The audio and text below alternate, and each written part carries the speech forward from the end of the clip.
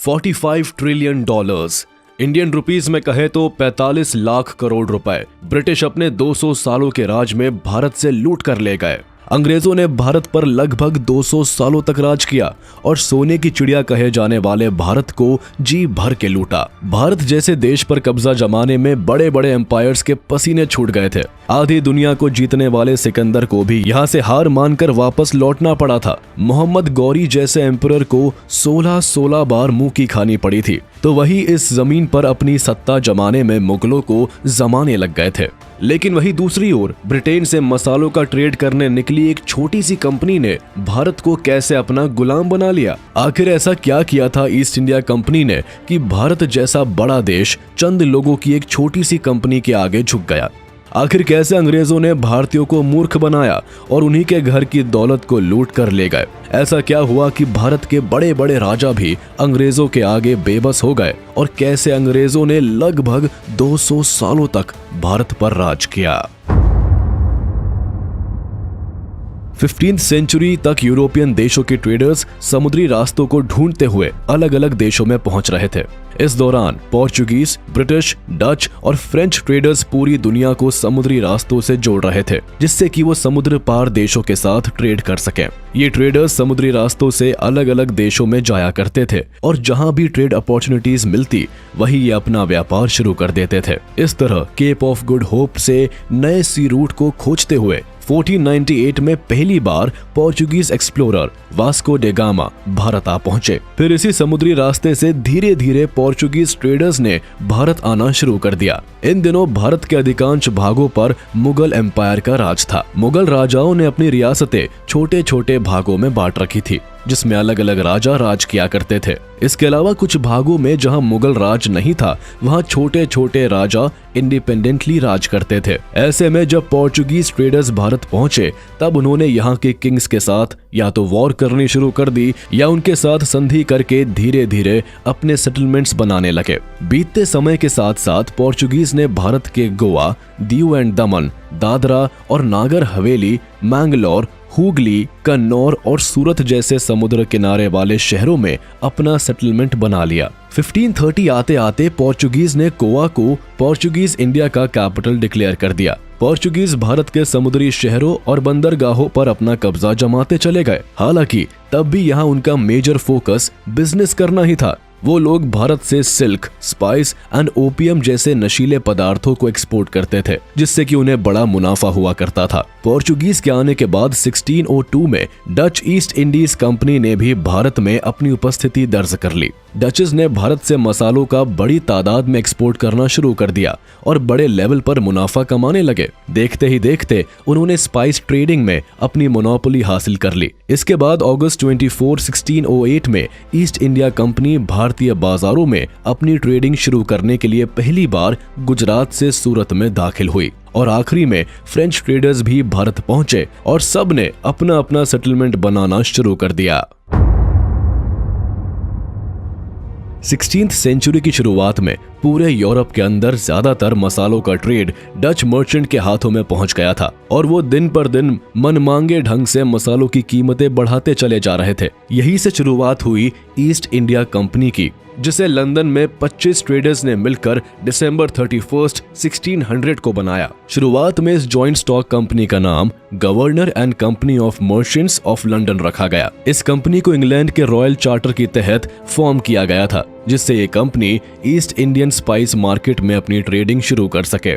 अपने ऑफिसर्स के साथ ईस्ट इंडिया कंपनी ने इंडोनेशिया में पहला कदम रखा था और साल 1601 में कंपनी की पहली फैक्ट्री लगाकर यहीं से ट्रेड करना शुरू कर दिया था। लेकिन इस समय इंडोनेशिया के अंदर डच, पोर्चुगीज और स्पेनिश कंपनियां पहले से ट्रेड कर रही थी, जिनका आपस में ही काफी कॉन्फ्लिक्ट देखने को मिल रहा था। ईस्ट इंडिया कंपनी के आने के बाद से उनका ट्रेड और कम होने लगा था, जिसका रिजल्ट ये हुआ कि स्पेनिश ट्रेडर्स और ईस्ट इंडिया कंपनी के बीच कॉन्फ्लिक्ट स्टार्ट हो गया। कॉन्फ्लिक्ट को अवॉइड करने के लिए ईस्ट इंडिया कंपनी को मजबूर होकर इंडोनेशिया छोड़कर दबे पांव भागना पड़ा।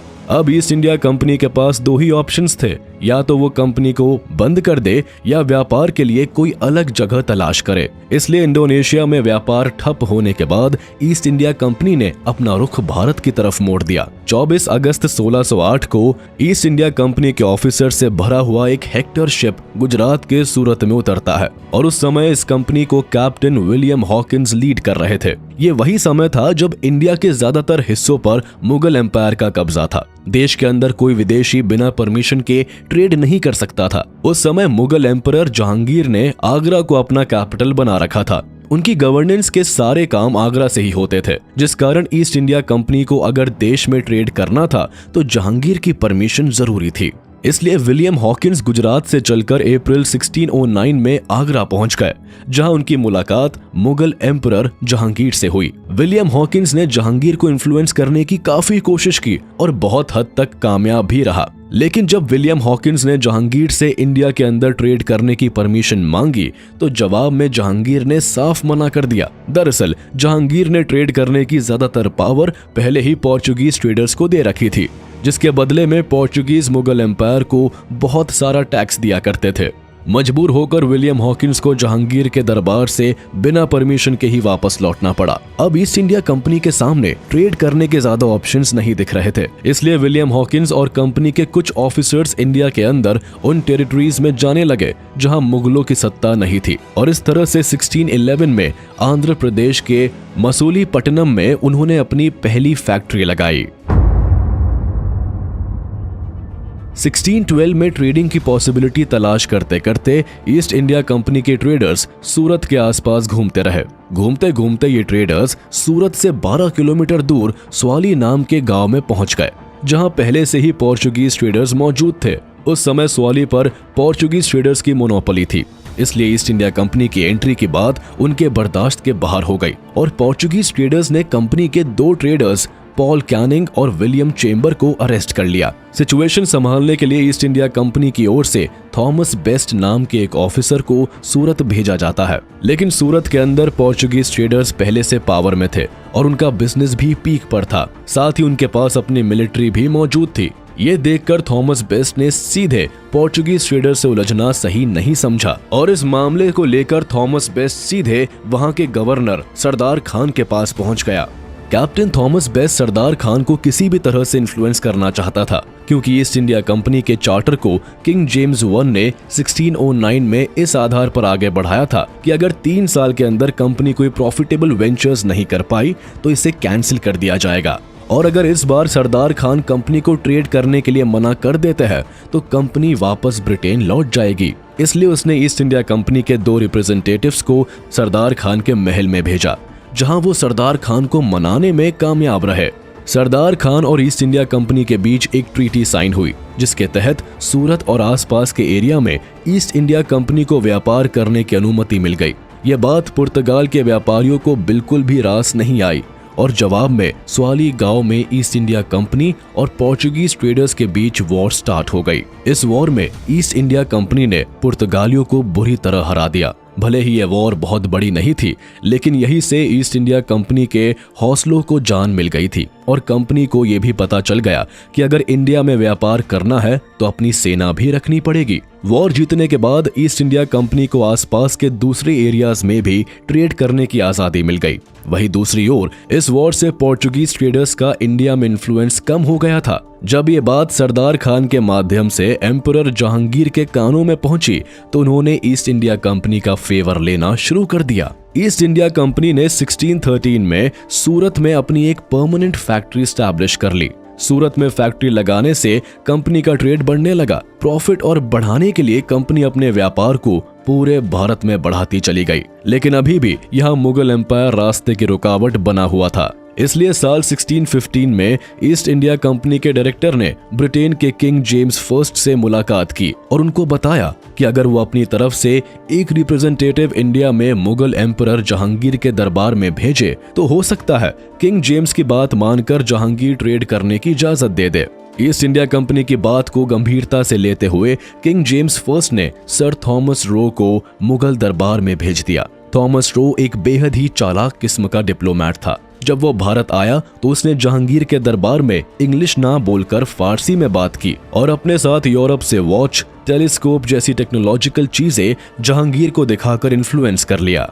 थॉमस रो ने ईस्ट इंडिया कंपनी के पूरे बिजनेस मॉडल को समझाया और जहांगीर को भी भारी टैक्स देने का प्रॉमिस किया, जिसका रिजल्ट ये हुआ कि ईस्ट इंडिया कंपनी को मुगल एम्पायर की कुछ जगहों पर ट्रेड करने की छूट दे दी गई। इसके बाद ईस्ट इंडिया कंपनी ने सूरत में 1619 तक कई ट्रेडिंग पोस्ट बना डाली। 1618 में आगरा और 1620 में पटना में सिल्क और जूट की कंपनी स्टैब्लिश कर ली। आगे बढ़ते हुए कंपनी ने उड़ीसा और मद्रास तक अपनी ट्रेडिंग शुरू कर दी। इसके बाद 1639 में मद्रास में भी अपनी फैक्ट्री बना ली।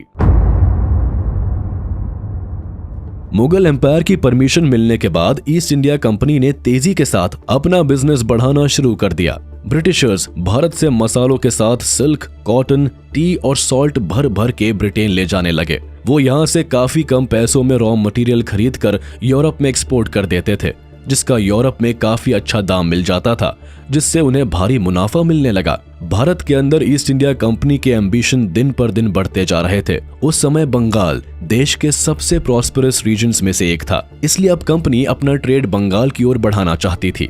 आखिरकार 1658 में ईस्ट इंडिया कंपनी ने बंगाल के कासिम बाजार नाम की जगह पर अपनी फोर्टिफाइड फैक्ट्री खड़ी कर ली। लेकिन मुगल एम्पायर ने ईस्ट इंडिया कंपनी को लिमिटेड जगहों पर ट्रेड करने की परमिशन दे रखी थी, इसलिए ईस्ट इंडिया कंपनी के ऑफिसर्स दोबारा अपने किंग के पास पहुंचे और उस समय के इंग्लिश किंग चार्ल्स II से कंपनी की ट्रेड पावर बढ़ाने की रिक्वेस्ट की। इस फरमान के बाद कंपनी के बढ़ते ट्रेड को देखकर साल 1670 में किंग चार्ल्स II ने ईस्ट इंडिया कंपनी की बात मान ली और कंपनी को कई राइट्स दे दिए। कंपनी को मिले नए राइट्स के अनुसार अब ईस्ट इंडिया कंपनी किसी भी टेरिटरी पर कब्जा कर सकती थी।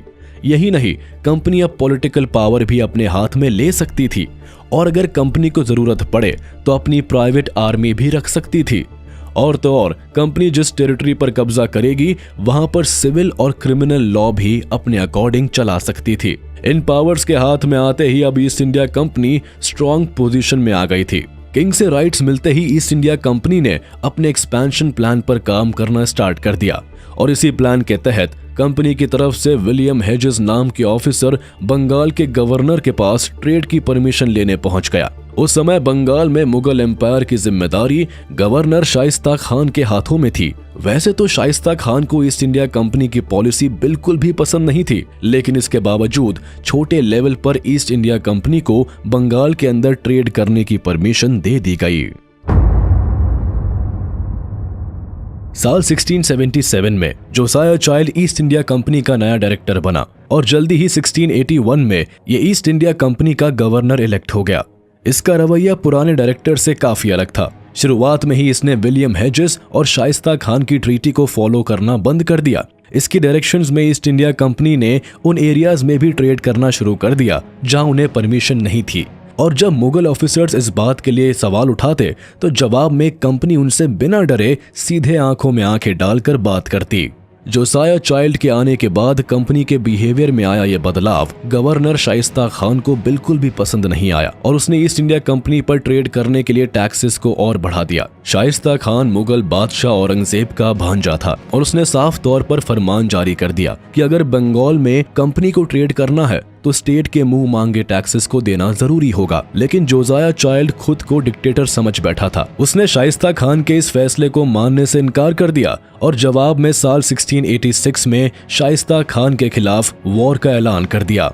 ब्रिटिश गवर्नमेंट ने 19 बैटलफील्ड और 600 सैनिकों की मिलिट्री को ईस्ट इंडिया कंपनी की मदद के लिए लंदन से बंगाल की ओर भेज दिया। दूसरी ओर शाइस्ता खान पहले ही अंग्रेजों के मंसूबों को समझ चुका था, इसलिए मुगल सेना भी अपनी पूरी तैयारी में बैठी थी। ब्रिटिश आर्मी के बंगाल में एंट्री करते ही उनके और मुगल्स के बीच वॉर शुरू हो गई। उस समय देश भर में मुगलों का बोलबाला था, जगह जगह उनकी सेनाएं थी, इसलिए इस लड़ाई में ईस्ट इंडिया कंपनी को भारी बेइज्जती के साथ वॉर में हार का सामना करना पड़ा। वॉर जीतने के बाद मुगलों ने बंगाल में ईस्ट इंडिया कंपनी की कई फैक्ट्रीज को तहस नहस कर दिया। कंपनी के ज्यादातर ऑफिसर्स को अरेस्ट कर लिया गया। पूरे बंगाल से चुन चुनकर अंग्रेजों को बाहर निकाला जाने लगा। देश के अंदर जहां जहां ईस्ट इंडिया कंपनी की फैक्ट्रीज थी बंद करा दी गई। मुंबई और सूरत जैसे शहरों से अंग्रेज दबे पांव वापस भाग रहे थे। जहां कहीं भी कोई ब्रिटिशर मिलता, मुगल उन्हें क्रिमिनल की तरह ट्रीट करते थे। ईस्ट इंडिया कंपनी के हालात ऐसे हो गए थे कि खुद डायरेक्टर जोसाया चाइल्ड को मुगलों के आगे घुटने टेक कर माफी मांगनी पड़ी। मुगलों के पास कंपनी से टैक्स के माध्यम से बहुत सारा पैसा आता था, इसलिए मुगल एम्परर औरंगजेब ने 1690 में कंपनी के ऊपर 50 लाख इंडेमनिटी अमाउंट लगाकर ईस्ट इंडिया कंपनी को माफ कर दिया था। इस वॉर के बाद कंपनी ने कई सालों तक दोबारा लड़ने की हिम्मत नहीं दिखाई और जो नियम मुगल एम्परर की तरफ से बनाए गए थे, उन्हीं के दायरे में रहकर कंपनी ट्रेड करने लगी। साल 1707 में मुगल एम्परर औरंगजेब की मौत हो गई, जिसके बाद पूरा मुगल एम्पायर कई कबीलों में बट गया। अलग थलग पड़े मुगलों की इस कमजोरी का जाट और मराठा जैसी पावर्स ने फायदा उठाना शुरू कर दिया। जगह जगह मराठाओं ने मुगलों की टेरिटरीज पर अटैक करना शुरू कर दिया और कई टेरिटरीज में मुगलों को हराकर उन टेरिटरीज पर कब्जा कर लिया। वहीं दूसरी तरफ ईस्ट इंडिया कंपनी भी अपनी पावर बढ़ाती जा रही थी। कंपनी नई नई फैक्ट्रीज लगा रही थी और अपनी आर्मी बढ़ाती जा रही थी। मुगलों को कमजोर होता देखकर ईस्ट इंडिया कंपनी के अलावा इंडिया के अंदर डच, स्पेनिश और फ्रेंच ट्रेडर्स भी अपना दबदबा बढ़ाने की कोशिश करने में लगे थे। जिसे भी मौका मिलता वो हर छोटी बड़ी टेरिटरीज पर अपना कब्जा करता जा रहा था। जल्द ही आलम ऐसा हो गया कि ज्यादातर टेरिटरी मुगल एम्पायर के हाथ से निकल गई। कई जगह पर मराठा गद्दी पर बैठ गए और कई जगह पर मुगलों के गवर्नर खुद को नवाब घोषित करके गद्दी पर बैठ गए थे। इस मौके का फायदा उठाकर फ्रेंच ट्रेडर्स ने भी पौंडीचेरी और चंदन नगर जैसे इलाकों में अपनी कॉलोनी बना ली।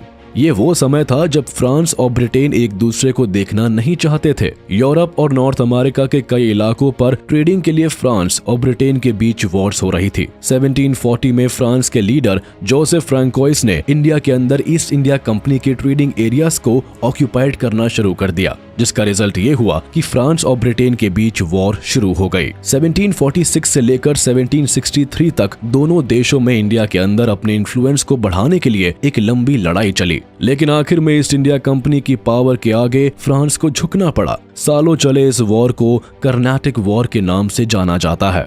इसी बीच 1756 में सिराजुद्दौला बंगाल का नया नवाब बना। मुगलों को कमजोर देखकर एक बार फिर ईस्ट इंडिया कंपनी ने सिराजुद्दौला की पॉलिसी के खिलाफ काम करना शुरू कर दिया। कंपनी बंगाल के अंदर मनमाने ढंग से ट्रेड करने लगी और कंपनी के ऑफिसर सिराजुद्दौला के दुश्मनों से हाथ मिलाने लगे। सिराजुद्दौला ईस्ट इंडिया कंपनी की इस हरकत से काफी चिढ़ गए और कलकत्ता में अंग्रेजों के फोर्ट विलियम पोर्ट पर हमला बोल दिया। इस अटैक में कई ब्रिटिश ऑफिसर्स मारे गए और कईयों को जेल में डाल दिया गया। ब्रिटिश हिस्ट्री में ये incident black hole tragedy of Calcutta के नाम से जाना जाता है। इस इंसिडेंट के बाद अंग्रेजों ने ठान लिया था कि वो किसी भी तरह सिराजुद्दौला को गद्दी से हटा देंगे और इसके लिए सबसे पहले ईस्ट इंडिया कंपनी के ऑफिसर्स ने सिराजुद्दौला के आर्मी कमांडर मीर जाफर को इन्फ्लुएंस करके अपने साथ मिला लिया। मीर जाफर पहले से ही नवाब बनना चाहता था। अंग्रेजों के हाथ मिलाने के बाद उसका ये ख्वाब आसमान चढ़ गया। दूसरी तरफ अंग्रेजों ने उस समय बंगाल के सबसे अमीर आदमी जगत सेठ को भी अपनी तरफ कर लिया। जगत सेठ सिराजुद्दौला की पॉलिसी से खुश नहीं था और उन्हें लोग सिराजुद्दौला के कॉम्पिटिटर के रूप में भी देखते थे। इनका साथ पाते ही अंग्रेजों ने रॉबर्ट क्लाइव की कमांड में सिराजुद्दौला के खिलाफ वॉर डिक्लेयर कर दी। अंग्रेजों को वॉर डिक्लेयर करते ही फ्रेंच अलाइज की सेना भी सिराजुद्दौला के साथ मैदान में आ गई और 23 जून 1757 को वॉर शुरू हो गई। इस बार ईस्ट इंडिया कंपनी की ताकत के आगे सिराजुद्दौला और फ्रांस की सेना को हार का सामना करना पड़ा। वॉर जीतने के बाद अंग्रेजों ने बंगाल के अंदर मीर जाफर को अपना पपेट नवाब बना दिया। इसके साथ ही ब्रिटिशर्स ने फ्रांस की सारी टेरिटरीज भी छीन ली थी।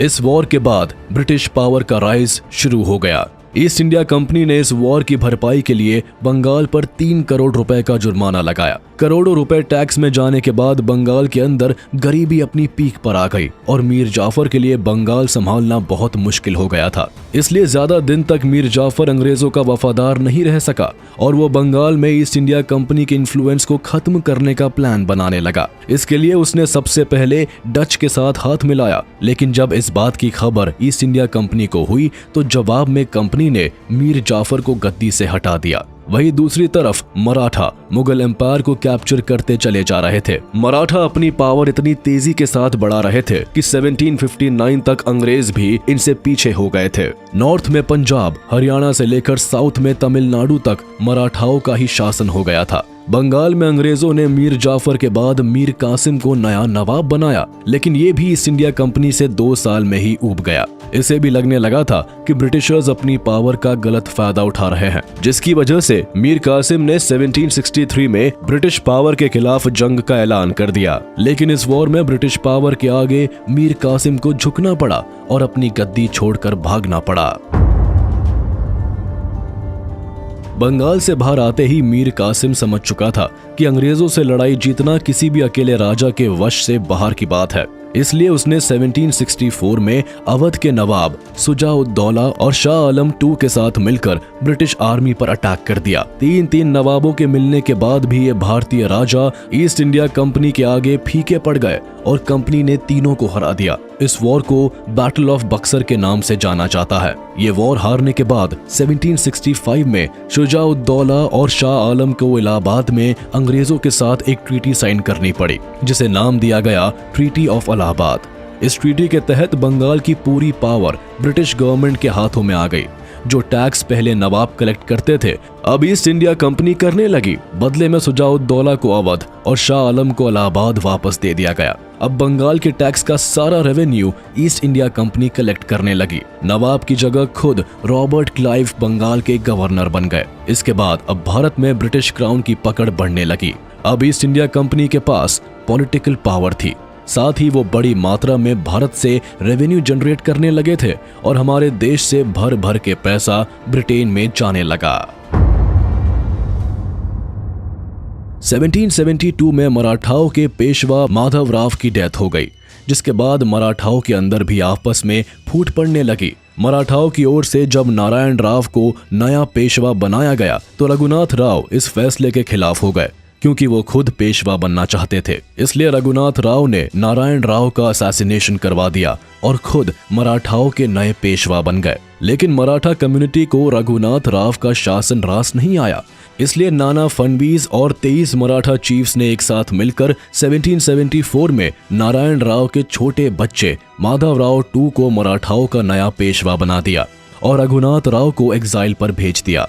मराठास के इस फैसले से नाराज होकर रघुनाथ राव अंग्रेजों से मदद मांगने पहुंच गया। मदद के नाम पर अंग्रेजों ने रघुनाथ राव से एक ट्रीटी साइन कराई, जिसके तहत सालसेट और बैसीन जैसे आइलैंड ब्रिटिशर्स को दे देने का ऐलान कर दिया। इस ट्रीटी से मराठा नाराज हो गए और महाजीत सिंधिया की लीडरशिप में मराठा और अंग्रेजों के बीच वॉर शुरू हो गया। इस वॉर में मराठाओं ने अपनी ताकत से अंग्रेजों को झुकने पर मजबूर कर दिया। इस वॉर में हारने के बाद ईस्ट इंडिया कंपनी को सैलसीट और बेसिन आइलैंड छोड़ने पड़े और वॉर का जुर्माना भी देना पड़ा। इस वॉर के बाद मराठा समझ गए थे कि अंग्रेज धीरे धीरे पूरे भारत पर कब्जा करना चाहते हैं। इसलिए नाना फडणवीस ने आसपास के राजाओं के साथ मिलकर अंग्रेजों के खिलाफ प्लान बनाना शुरू कर दिया। हैदराबाद के निजाम अली खान, मैसूर के राजा हैदर अली, आरकोट के नवाब अली खान, इन सब ने एक साथ मिलकर अंग्रेजों के खिलाफ वॉर का बिगुल फूंक दिया। जगह जगह अंग्रेजों के खिलाफ वॉर शुरू हो गई। कहीं ईस्ट इंडिया कंपनी ने कब्जा किया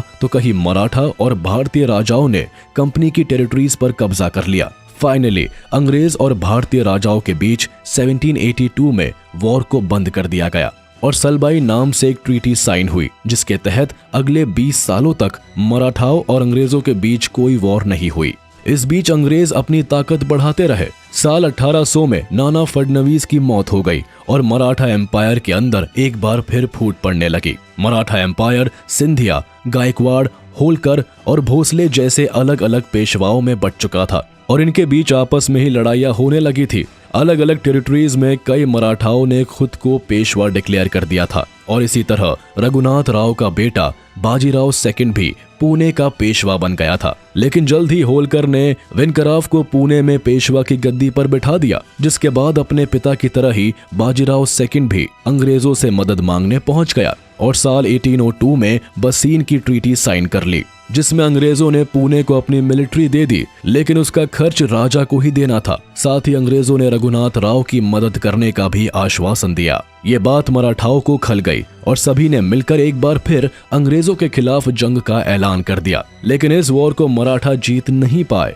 अंग्रेजों ने इस वॉर को एक तरफा जीत लिया और रघुनाथ राव को पुणे का पेशवा बना दिया गया। इसे सेकेंड एंग्लो मराठा वॉर के नाम से जाना जाता है। इस वॉर के बाद मराठाओं की स्थिति काफी कमजोर हो चुकी थी और वो आपस में ही एक दूसरे के खिलाफ लड़ने लगे थे। मराठाओं के अंदर गायकवाड़ और पेशवा के बीच जगह जगह कॉन्फ्लिक्ट हो रहे थे। जब गायकवाड़ कमजोर पड़े तो उन्होंने अंग्रेजों से हाथ मिला लिया। इसी समय पेशवाओं की तरफ से एक गायकवाड़ मिनिस्टर गंगाधर का मर्डर कर दिया गया। इस मर्डर के बाद अंग्रेजों को मराठाओं से वॉर का बहाना मिल गया। गायकवाड़ की मदद का नाम लेकर अंग्रेजों ने कमजोर हो चुके मराठाओं पर वॉर का ऐलान कर दिया।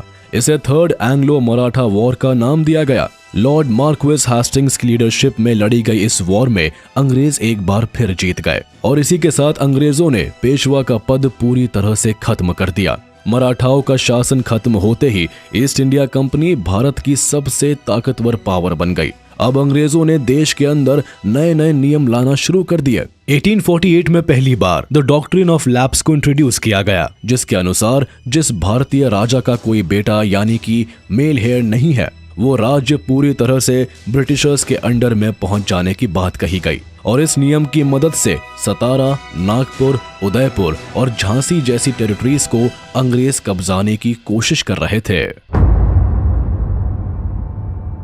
1800s आते आते देश की आम जनता की सिचुएशन काफी खराब हो गई। कॉमन पीपल के जीवन पर टैक्स का बोझ बहुत ज्यादा बढ़ गया था। पूरे देश में राजाओं की गद्दी छीनी जा रही थी और अंग्रेज उनके राज्यों को डॉक्ट्रिन ऑफ लैप्स के तहत एनेक्स करते जा रहे थे, जिससे जमींदार से लेकर आम जनता तक सब ब्रिटिश रूल के अगेंस्ट होने लगे थे। इसके बाद अंतिम पेशवा बाजीराव सेकंड की 1853 में बिठूर में मौत हो गई। उनकी मौत के बाद जब उनके अडॉप्टेड सन नाना साहेब ने पेंशन की मांग की तो अंग्रेजों ने साफ मना कर दिया। ऐसी ही स्थिति देश के बाकी हिस्सों में भी बनने लगी।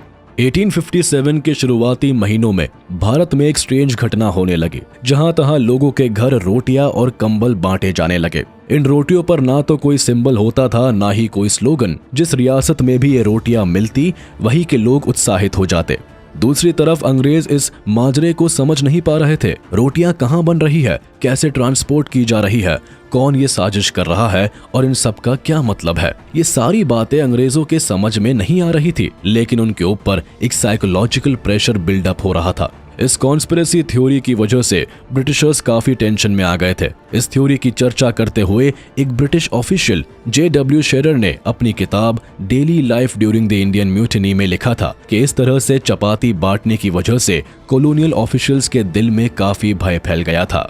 इसके ठीक बाद भारतीय सैनिक छावनियों में एक खबर फैल गई कि राइफल कार्ट्रिजेस को बनाने के लिए गाय और सुअर का इस्तेमाल किया गया है। इस खबर के फैलते ही हिंदू और मुस्लिम सैनिक तुरंत ही आग बबूला हो गए और उन्होंने अंग्रेजों के खिलाफ बगावत करने का प्लान बना लिया। मंगल पांडे, जो कि एक ब्राह्मण थे और ब्रिटिश आर्मी में थे, वो बंगाल नेटिव इन्फेंट्री में थे और यही बंगाल सिपाही छावनी में अपने कुछ साथियों के साथ मिलकर अंग्रेजों के खिलाफ बगावत कर देते हैं। उन्होंने 2 पुलिस ऑफिसर्स ह्यूगसन और बॉक को गोली मार दी। इसके बाद उन्हें पकड़कर अंग्रेजों ने फांसी पर चढ़ा दिया। मंगल पांडे भले ही देश के लिए अपनी जान की कुर्बानी दे गए, लेकिन कार्ट्रिजेस वाली खबर देश में आग की तरह फैल गई। अब देश में रिवोल्ट का पूरा माहौल बन चुका था। अब बस इंतजार था तो जमींदारों और राजाओं का, जो इस रिवोल्ट को कमांड कर सके। अंग्रेजों की बढ़ती मनमानी से झांसी की रानी लक्ष्मीबाई, बिठूर के पेशवा नाना साहेब और तात्या टोपे, बेगम हजरत महल, कुंवर सिंह जैसे लोग अंग्रेजों के खिलाफ मैदान में आ गए थे। सबने मिलकर अंग्रेजों के खिलाफ रिवोल्ट करने का प्लान बना लिया। बहादुर शाह जाफर, जो कि मुगल सम्राट थे, उनकी कमांड में इस रिवोल्ट के लिए 30 मई 1857 का दिन निश्चित किया गया। लेकिन दूसरी तरफ मेरठ के सैनिक इतना इंतजार नहीं कर सके और उन्होंने 20 दिन पहले ही 10 मई 1857 को अंग्रेजों पर धावा बोल दिया। जिधर भी अंग्रेज दिखते उन्हें मारा जाने लगा। लेकिन भारतीयों के पास लिमिटेड वेपन्स और रिसोर्सेज थे और अंग्रेजों ने इसका फायदा उठाना शुरू किया। अंग्रेजों ने इस लड़ाई को लंबा करना स्टार्ट कर दिया, जिसके चलते इस रिवोल्ट को दबा दिया। रानी लक्ष्मीबाई और तात्या टोपे को मार दिया गया और बहादुर शाह जाफर और बेगम हजरत महल को एग्जाइल दे दिया गया और इस तरह अंग्रेजों ने 1858 में किसी तरह इस रिवोल्ट को दबा दिया। देश में हुए इतने बड़े विद्रोह को अंग्रेजों ने भले ही सेपॉय म्यूटिनी का नाम दे दिया हो, लेकिन भारतीयों के लिए ये एक वॉर था जिसे फर्स्ट वॉर ऑफ इंडिपेंडेंस का नाम दिया गया। इस इंसिडेंट के बाद ब्रिटिश क्राउन को ये बात समझ में आ गई थी कि भारत को अब ईस्ट इंडिया कंपनी नहीं संभाल सकती, जिसके बाद उन्होंने 1858 में गवर्नमेंट ऑफ इंडिया एक्ट पारित कर दिया, जिससे कि अब ब्रिटिश क्राउन सीधे भारत पर अपना राज कर सके। गवर्नमेंट ऑफ इंडिया एक्ट पास होने के बाद ईस्ट इंडिया कंपनी की सारी टेरिटरीज, एसेट्स, आर्मी फोर्सेस और वेल्थ ब्रिटिश गवर्नमेंट के अंडर आ गई। यहाँ के एडमिनिस्ट्रेशन और देखरेख की सारी शक्तियां क्वीन विक्टोरिया के हाथ में पहुंच गई। लेकिन भारत के अंदर अपने खिलाफ हुए इतने बड़े रिवोल्ट से ब्रिटिश गवर्नमेंट अलर्ट हो गई थी। देश के अंदर टैक्स को कलेक्ट करने की अथॉरिटी सीधे ब्रिटिश गवर्नमेंट को मिल गई। भारत ब्रिटिश इंडिया के नाम से जाने जाने लगा। सभी इंडियंस को रिलीजियस फ्रीडम दी गई और देश के अंदर ब्रिटिश क्राउन के रिप्रेजेंटेटिव के रूप में लॉर्ड कैनिंग को वाइसरॉय बनाया गया।